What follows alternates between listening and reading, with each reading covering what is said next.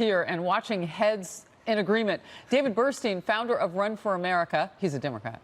Alex Wilkes, senior vice president of America Rising. Why are you shaking your head in disagreement with impeachment? Well, look, I want to be clear. It is possible and perhaps likely that the president has committed impeachable offenses, which, as in your last segment you just defined, could basically be anything. Yeah, Andy McCarthy said literally. And anything, but the reality is it is not a good political move for the Democrats. And impeachment is a political process, not a legal process. And so there's two sets of issues that I think a lot of these Democrats are feeling increasing pressure to move to appeal to the base in order to win their primary. They have to be for impeachment. Can I step in? And I know you had a second thing, but you know, I'm listening to Cory Booker, and you said, "Oh, look, it's 1% Booker." That's what Alex said. But that's true. And so you look at this. How is impeachment going to get you out of 1% land? I really don't understand it. I think it's not a smart move. I mean, I'm sure people all have strategists who are telling them it's a smart move. If I were their strategist, I would say no. I want to get your reaction to this. Senator Tom Tillis, Republican in North Carolina, says impeachment calls are all about the politics for 2020. Watch.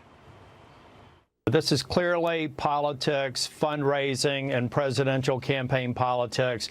Cory Booker tried the same tactic against Brett Kavanaugh in the Supreme Court hearings. They put out baseless allegations and tried to keep that story alive. It didn't go well for him. He even had a Spartacus moment. They're trying to do the same thing again.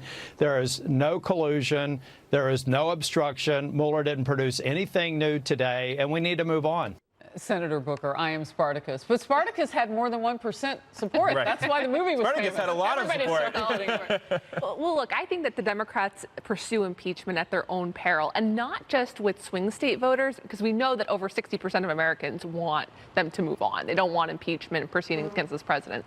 But even in the swing states, not even the swing states, but the early states of Iowa and South Carolina, the caucus goers there and the voters there are not keen on this. They really want someone who's going to focus on defeating President Trump in 2020 rather than going through the impeachment process right now. And I think that for the Democrats right now, they've already clouded the first 2 years of this administration with this investigation that ended up being a nothing burger. And now if they're going to go on another, investigation, I think the American people are going to say, what are you doing? There are no do-overs, as the president says. So Chris Starwalt told me moments ago that it's between Biden, Sanders, and Warren, and really the battle will be for that second place.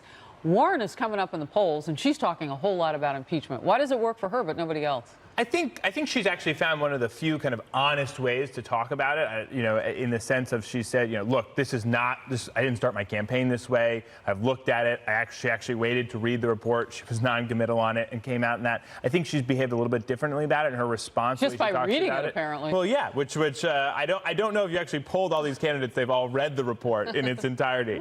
But I think she's triangulating it a little better. You saw that in a clip there. Very interesting. Great to have you both. Thank you Thanks very for having much. us. Another state approving